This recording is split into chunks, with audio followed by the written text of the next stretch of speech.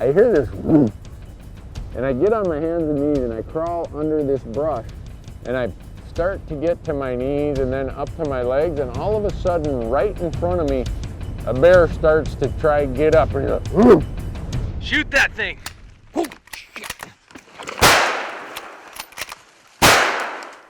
Hey folks, Randy Newberg here. We're doing another pivot point, and if you've watched any of our prior pivot points, those are what we think is that critical point in the hunt where right here is when the path either led to success or, in some of them that we've done, led to failure.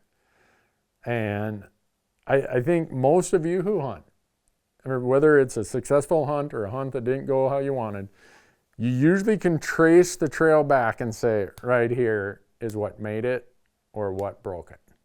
And this one that we're going to talk about is a Southeast Alaska black bear hunt with my buddy Bart May. Now, we ended up going maybe a little earlier than I usually go up there, but we lucked out and the weather was really nice. And we were doing a lot of scanning and a lot of searching, and we were not seeing much for bears compared to what I normally see there. We'd had all kinds of malfunctions. We'd had a boat motor break. Then we ended up getting another boat motor that was like a 5-horse, and I could almost row as fast as that. But we ended up eventually finding a couple bears, and we found a bear one evening that he's in this big cove that goes back in there, and it's really long and narrow, and he's over on the south side of it.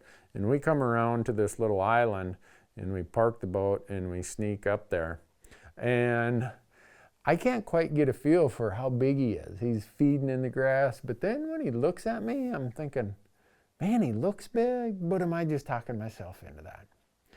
And we pulled out, because by the time I'm kind of hemming and hawing, the bear finally was like, I'm gonna walk off here. And he was 100, 120 yards.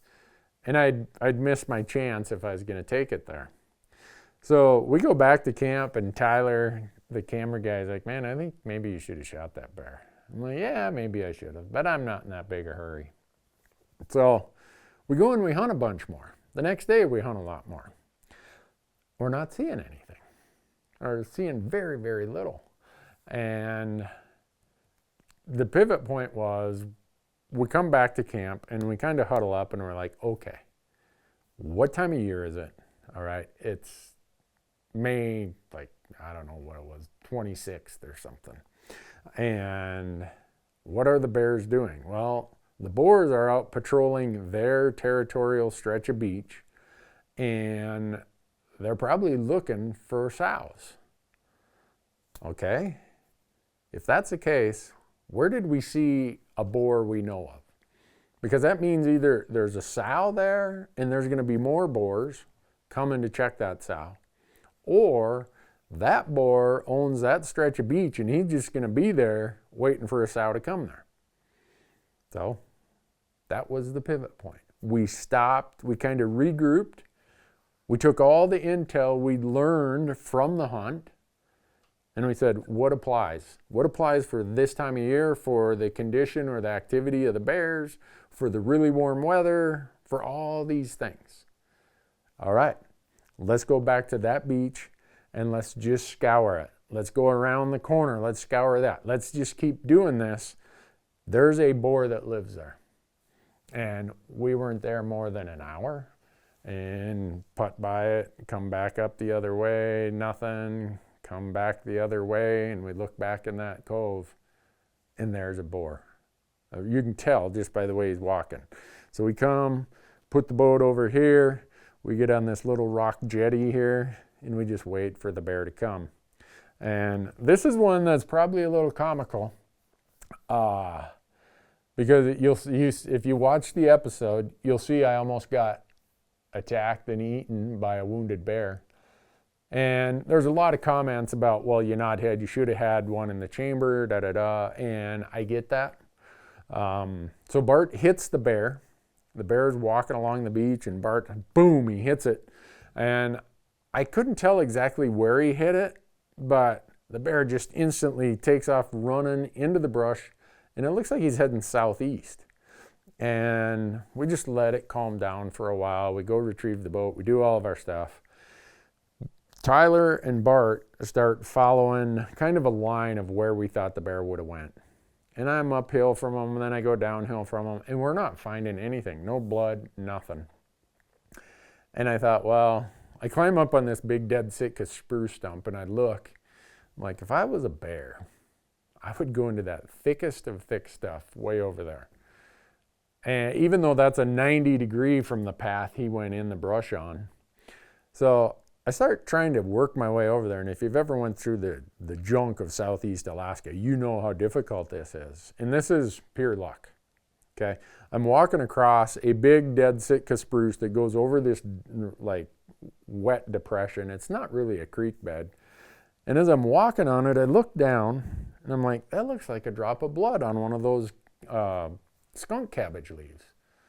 So I get to the other end of the log, I jump down, and I come back and I rub my finger on it, and it's blood. I'm like, how can this be? That bear should be 200 yards over there. And I start looking, and I find a bear track. And then I find a broken skunk cabbage. And then I find another drop of blood.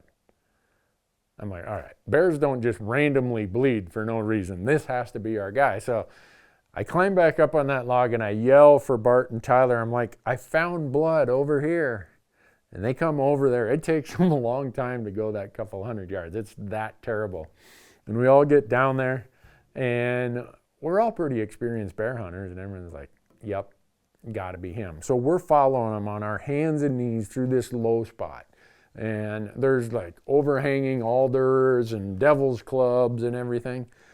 Okay, here's another drop of blood, and here's another drop. And you could follow his footprint when he'd step in this really muddy, mucky stuff. Well, we start getting out there, and we're like, where would he be? And we stop for a while, and those guys can hear better than me, and they said, well, let's just stop and listen.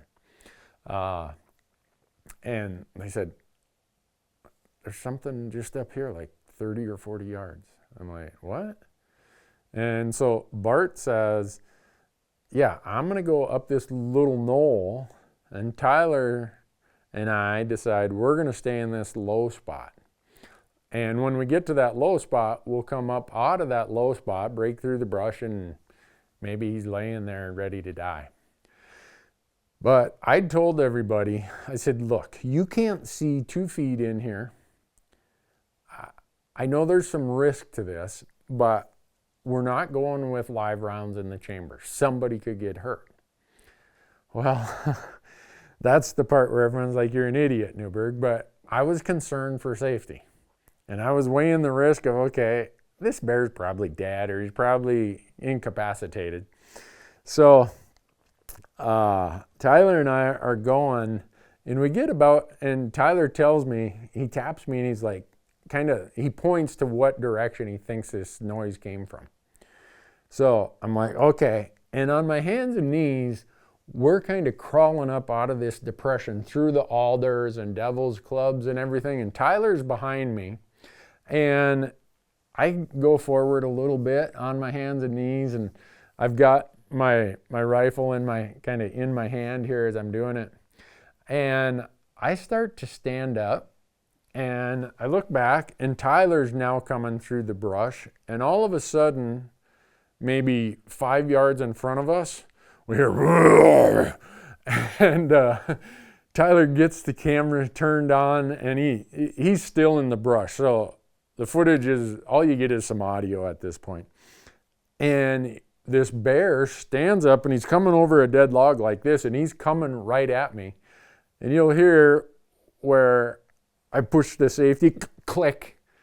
We cut some of the colorful audio out of this because when things are happening fast, you're just saying whatever. And I didn't even have a chance to aim because now the bear is like 10 feet off my barrel. And now he's coming up and he's stood up behind this big dead spruce. And he's starting to do this, and he's going to climb over that big dead spruce.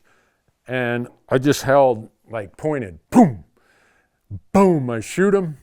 and he rolls, and you can hear this, whoa, and then I put another one in, and he takes off, and he's running, and I took another shot as he was running into the brush.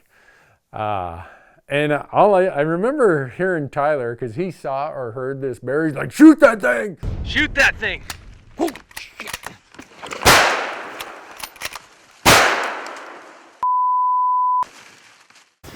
Is he down? Do I need to keep going, Randy? and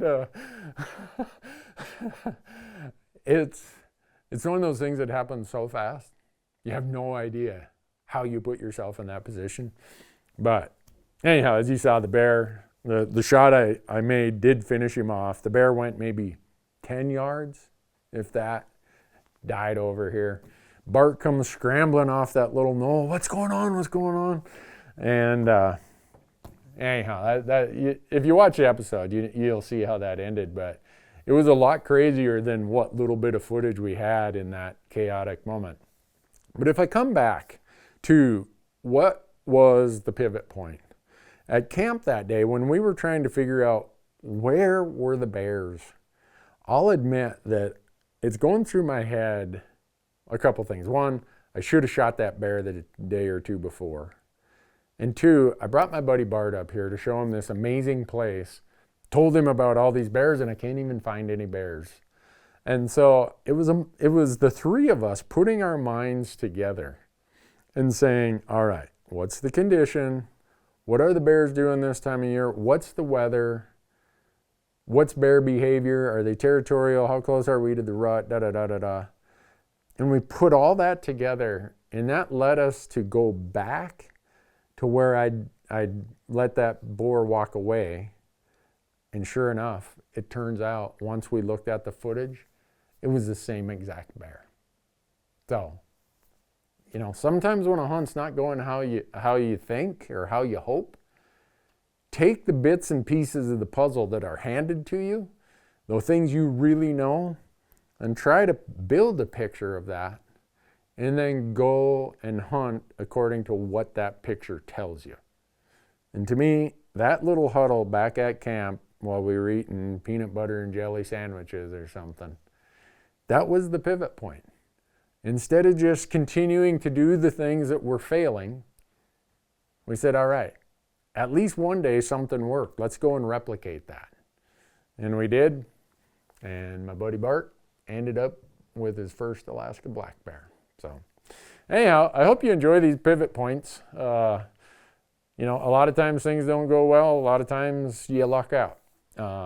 And I'm sure most of your hunts, you can come back, kind of track back to some point in the hunt where it's, all right, right here, this is where the hunt really pivoted and we had success, or we made a mistake and it didn't go like we wanted. So anyhow, we're going to keep doing these. Hopefully our mistakes, our little things, our challenges can give you some ideas, a little bit to learn from. And if nothing else, hopefully we tell some stories that are worth listening to. Thanks for watching.